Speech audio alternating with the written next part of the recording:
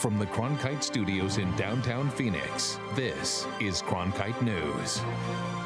Presidential candidate Bernie Sanders rallied in Phoenix last night. We've got the top takeaways.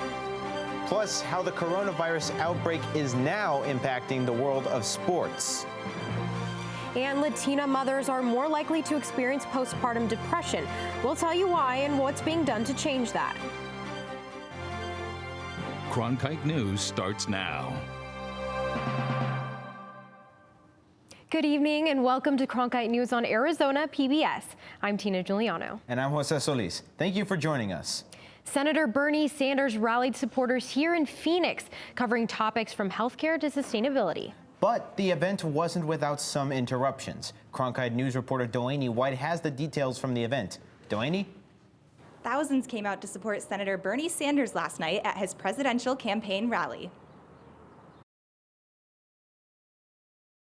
We are trying to bring our people together. Thousands of people lined up outside the Arizona Veterans Memorial Coliseum last night to show support for Senator Bernie Sanders during his presidential campaign rally. They say the reasons they support Sanders range from environmental protection to minority issues. So I'm here to show support for Bernie. He's basically the only politician I've trusted for a very long time, and he's for the things that I'm for. Because he stands behind the common folk, what we've been struggling for decades. I want to protect the environment. He's the candidate for the environment, and we have a limited amount of time. 2 terms of him could keep us in the safety zone for a little while. He is the only presidential elect that has brought up Native American issues, and it seems like we're almost invisible to any other campaign. The democracy director at Living United for Change in Arizona said Sanders' affordable housing plan addressed the biggest issue for members of his organization. And Bernie had the platform that spoke to our members the most. 93.75% of our folks voted to endorse Senator Sanders, and we're incredibly excited about that. The biggest issue facing our community right now that we found is affordable housing. Bernie has a plan for that, and we just believe that he's the most trustworthy, authentic person that can actually beat Donald Trump in November. While some supporters were attracted to affordable housing plans, others were more concerned about health care coverage for all. Immigration is a big one. Healthcare, being immigrant, we were never allowed, I've never been to a doctor's appointment, sadly as that sounds, because it's just overbearing how expensive it would be to even go for a checkup. There were some rough spots during the speech. Sanders was interrupted by a man waving an anti-Semitic flag. He responded calmly by addressing the support of the crowd.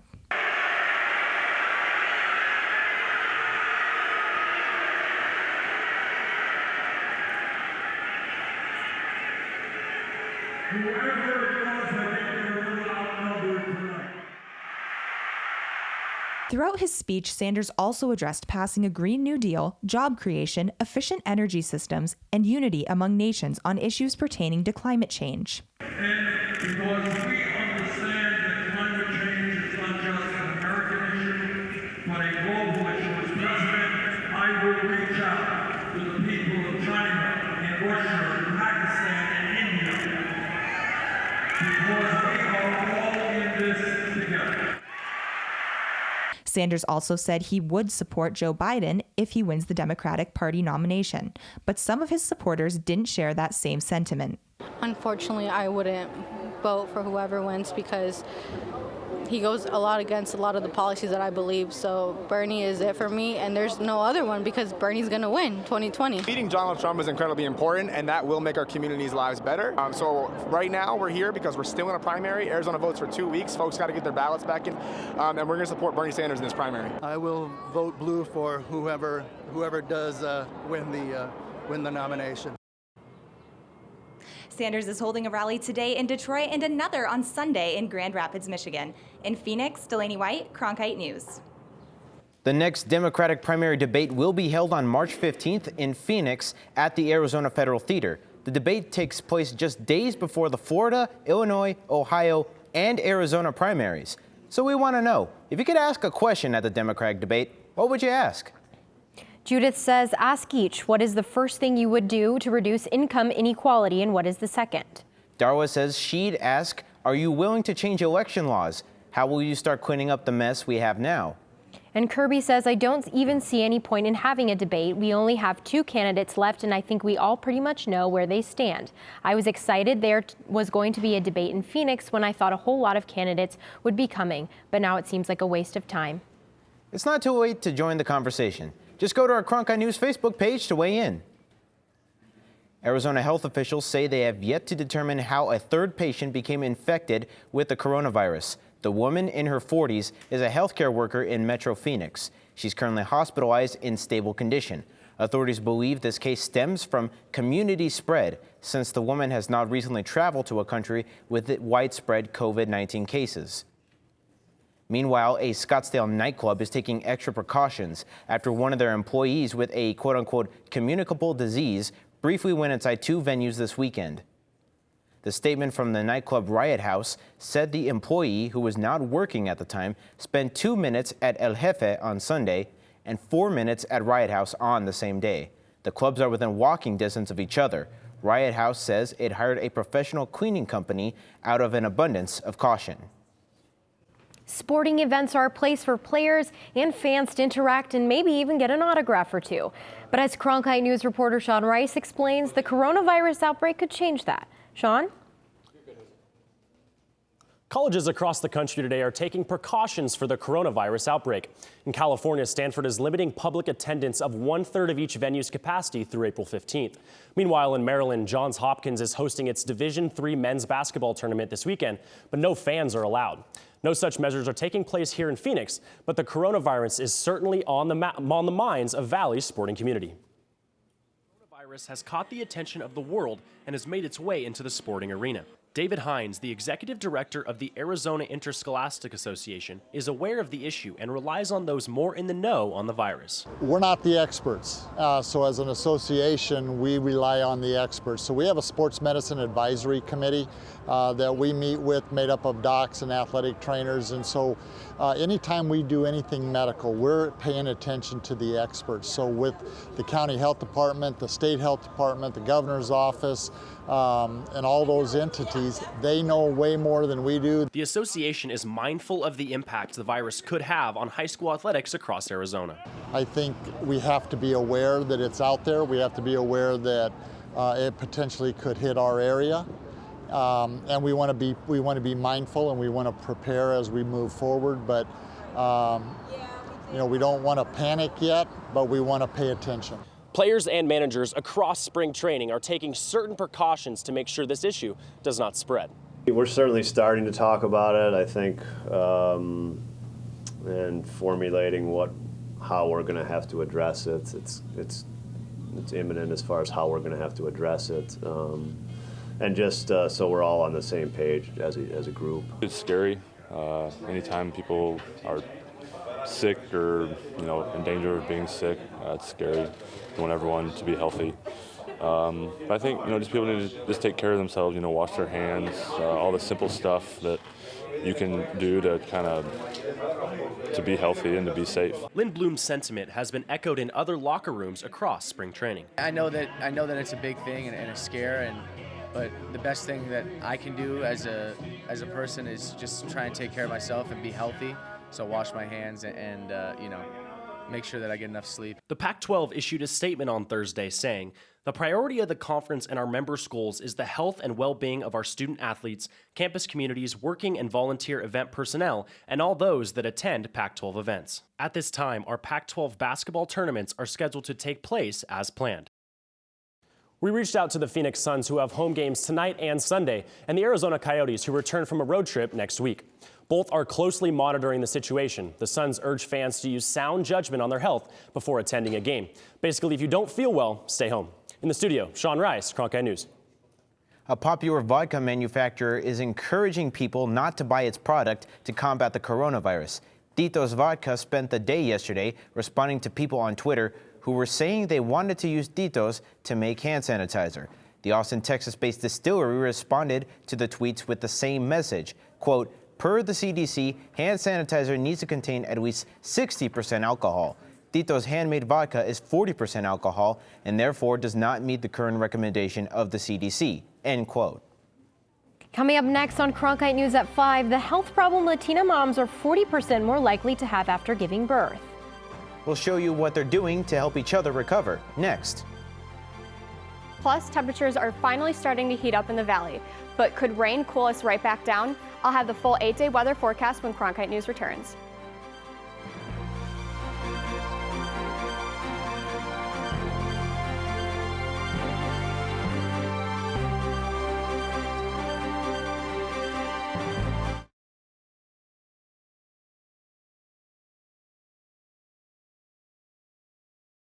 At least had come before me. I learned a lot of things from them. I saw how they navigated a world where we weren't always equal to men.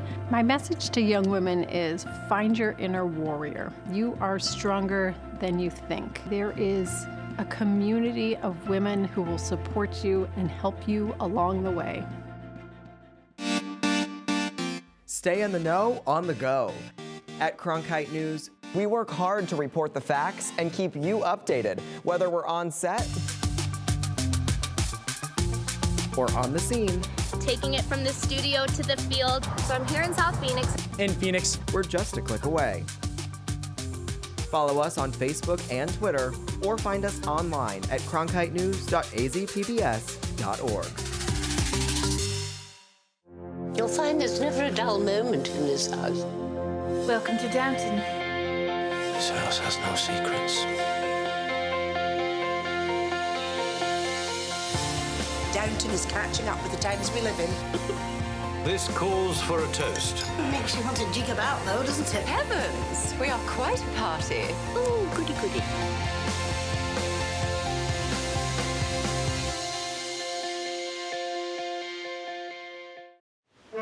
Every day I wake up, my first thought is, how can I serve this community? The biggest hurdle was not taking PTSD personally. Would you welcome, please, the amazing. Everybody that watches this, they say that I am the greatest that they've ever seen.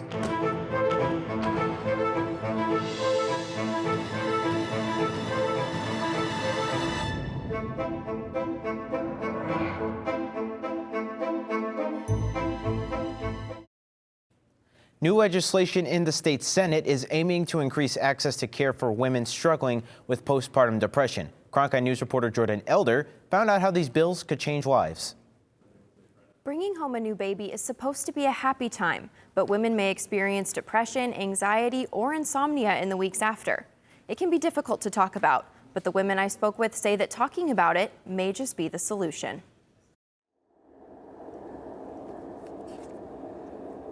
Quiet. It's where most conversations about perinatal mood and anxiety disorder start. But real life is loud. And that's why Christina Loya Moreno wants women to speak up. Perinatal mood disorders are very real, and they affect 1 in 7 women. Sometimes they struggle in silence. A study in the Journal of Racial and Ethnic Health Disparities found that the risk of postpartum depression is nearly 40% higher in Latina mothers. Loya Moreno found herself on this side of the statistic in each of her 3 pregnancies. I thought that motherhood would be just stars and glitters and rainbow, and I just felt alone, very overwhelmed. It was a really hard time in my life. Now, Loya Moreno's life is far more joyful. Wendy. She works as a peer support specialist with Women's Health Innovations, helping women survive a struggle she knows well. She believes access is important in reducing the risk of postpartum depression in Latina women. I offer the classes, the support groups in English and Spanish, and those women are just so appreciative because they oftentimes, come from Mexico and they don't have anybody here. Being from a Hispanic background, the culture is very different. The mentality is a lot different as far as reaching out for support and help. Counselor Kim Kriesel said that mommy shaming on social media is loud, and it can hush the conversation. And just the expectations that, women can do everything now and they can do it well. Well, they can, but they might not be able to do it in that first year after their child is born.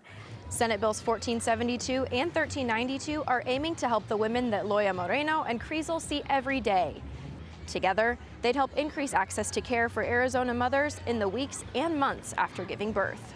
If we can get those moms into their postnatal visits, then what we are able to do is provide them the services to make sure that they're receiving the health care that they need, and also identify problems that may exist right after birth. Hurry over here, I'm open. Loya Moreno wants women to know that postpartum depression isn't something to whisper about. You're not alone. This is 100% treatable, and there's very many resources out there.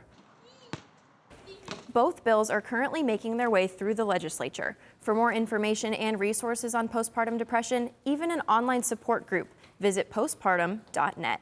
In the Broadcast Center, Jordan Elder, Cronkite News. An ADOT worker was struck and killed while putting up a sign to alert drivers of pavement repairs along I-10. Franklin DeRizio is the first worker to be struck and killed since 1998. Governor Doug Ducey tweeted, "Arizona is saddened by this tragic loss. Our sincere condolences go out to Frank's colleagues and loved ones, and we're grateful for his years of service to our state. Please remember to move over, slow down, and pay attention in work zones." Up next, Prescott water woes. With more people moving to Prescott, we take a look at what the city is planning to do to keep up their water supply.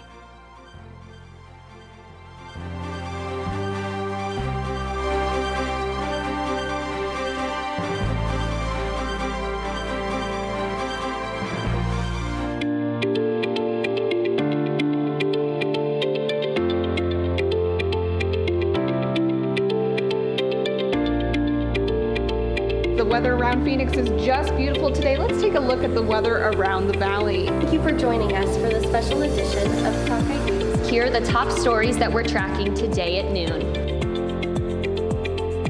Some of the best players for their program. Stephanie Tsai, news anchor.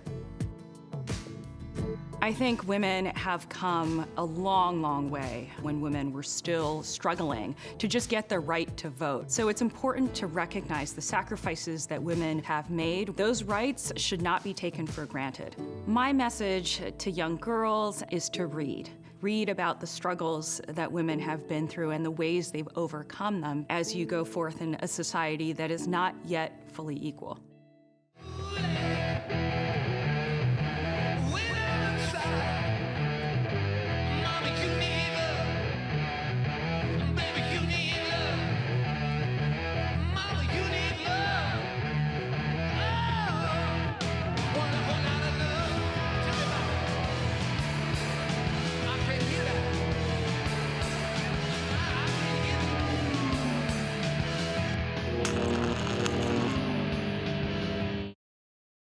The Prescott area continues to grow, and with more development happening, there's a greater need for water. Now the city is considering including more people in its water service area. Cronkite News reporter Madison Staten is with us and tells us what these changes are. Arizona Eco Development is one of two developments seeking to annex property outside of Prescott, which would give them access to city water. Prescott estimates around 10 to 15,000 of these new construction homes would need access to water in the coming years. And those potential homes have the city rethinking its water policy. The population is rising and the water is flowing, potentially into new developments. Water resources are an interesting topic because we have a legal right to water, and it's debated as to how much. Water controls growth. Some say that's a good idea, but others think those resources are needed elsewhere. Others like Joe Trudeau from the Center for Biological Diversity. He says there are some red flags about the proposal. Well, the biggest problem with the city's proposed water policy is providing a tremendous amount of water to areas that are outside of the city limits in the current areas of Yavapai County. And so this breaks with precedent of annexing lands into the city before you provide services. Mayor Pro Tem Billy Orr believes the city has a responsibility to meet the needs of its growing population. People are going to move here. They're going to move out in the county. We know they're coming. So we just need to grow in a smart, manage it, and not let it be just crazy out there in chaos. Orr says the city has made strides with water conservation. We're actually using less water today than we did 14 years ago, on an average of about 2% less a year, even with growth at about 1.5% to 2% a year. But Trudeau worries an increased focus on development in groundwater pumping will cause more of the Verde River's base flow to decline. Well, every bit of water that we draw out of the Little Chino or the Big Chino aquifers to feed growth in the Prescott area is a drop of water that isn't going into the Verde River. Water is political on one hand, and some folks would say it's the basis of life on the other hand. And again, we're striving for balance where you have some of both. Part of the balance comes from making sure water goes back into the aquifer. Councilman Steve Blaers claims that the city recharges 95% of its water from new development. But the Center for Biological Diversity says it's more like 28%. I've lived here since 1974, seen during my lifetime groundwater reserves fall. For longtime resident Gary Beverly, this worries him. The groundwater level in my well in Chino Valley goes down 2 feet per year. It's easy to experience the diminishing status of our groundwater reserves. Beverly's concerned he'll witness the same happen to the Verde River. Out of 6 perennial rivers, this is the only one that's still in good ecological condition, and we are positioned to lose it if we don't change the way we handle our groundwater management. The Prescott City Council is planning to meet in the coming months to discuss upcoming changes to their current water policy. In the newsroom, Madison Staton, Cronkite News. So it seems to be warming up a little bit. Is it pool weather yet? I'd like to believe it is, but my pool doesn't have a heater yet. Although I'm sure there's some brave souls out there who will still take the plunge into a somewhat cold pool still out there, because it's springtime. It's nice, but we're just not there yet, are we? Well, I mean, this weekend we are going to have some really nice weather, especially tomorrow. Definitely a great day to go and head out into the pool. But right now in Phoenix, it is 82 degrees and partly cloudy with only 18% humidity. Moving on to your evening planner, we have a really nice night ahead of us. Starting off at 6 o'clock p.m., we're going to see about 83 degrees, 77 degrees at 8 o'clock p.m., and then 72 degrees at 10 o'clock p.m. Moving on to your valley highs for tomorrow, we're seeing mostly mid-80s across the map here. We're going to start off over here in Goodyear. We're seeing a high of 84 degrees. We're seeing a high of 85 degrees in Phoenix, high of 83 degrees in Scottsdale, and then again 83 degrees in Mesa. And of course, as those temperatures rise, so will that UV index. That UV index is going to be 5 at its highest point tomorrow between the hours of 11 a.m. and 2 p.m. That means that the sunburn time is going to be only 45 minutes. So if you are going to be spending more than 45 minutes outside tomorrow, I would highly recommend putting on some SPF sunscreen. Moving on to your 8-day forecast, we're going to start here with the weekend. Like I said, we have a really nice day tomorrow, Saturday. It's going to be 85 degrees and sunny, 75 degrees with a 10% chance of rain on Sunday. And then for the rest of the week, for those of you who have spring break next week, these temperatures look ideal, but let's take a look at that chance of rain. On Tuesday, we're seeing a 40% chance of rain. Wednesday, we're going to see a 50% chance. Thursday, 30% chance is going to continue to decrease as we move throughout the week until we see only a 10% chance on Saturday. In the Cronkite News Weather Center, I'm Annabella Punzi. Have a great weekend. After the break, innovation hits the streets. We'll take you inside Peoria's Robo Ride, the eco-friendly alternative to a night out on the town. Stick around. I'm Judy Woodruff, anchor and managing editor of the PBS NewsHour. The journalists of tomorrow face a fast-changing media landscape, but quality news remains vitally important to our communities, our country, and our world. At ASU's Walter Cronkite School of Journalism and Mass Communication, students learn solid, reliable reporting, holding the powerful accountable, and rebuilding the public's trust.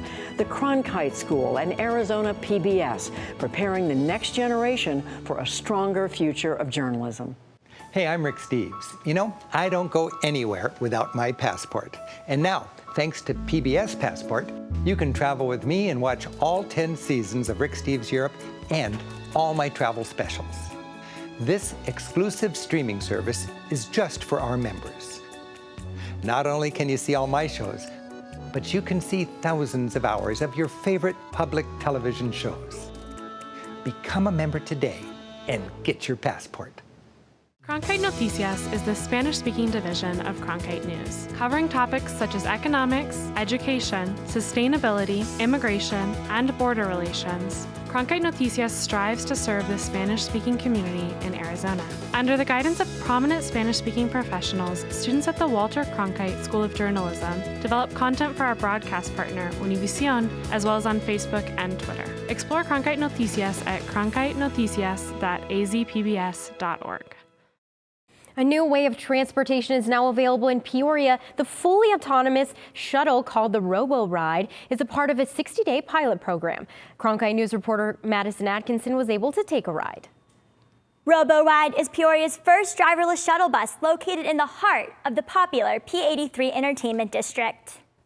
In an effort to make Peoria more eco-friendly, the city launched Robo-Ride. It is the first fully autonomous vehicle in the state of Arizona that is operating on a public roadway and open to the public. The vehicle is programmed to drive itself and stop at 4 designated locations. There is no steering wheel, there is no gas pedal, there is no brake pedal on the vehicle.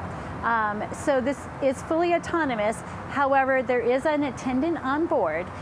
In the case where something occurs that the vehicle is not sure what to do, it will stop and the attendant can take over and go into manual drive. The shuttle can hold up to 10 passengers. Robo-Ride operates 7 days a week from noon to 6 p.m. and is free to the public. The city of Peoria actually has allocated some funding to do the pilot project. It's about $78,000. And again, it's trying to set us up for the future so that we're able to respond to new technology that comes out and identifying ways to increase the mobility for our residents and visitors to the city. The shuttle will be operating in Peoria until April. The city is encouraging the public to test out this new technology and give their feedback. In the studio, Madison Atkinson, Cronkite News. That's it for Cronkite News Tonight. Have a great weekend.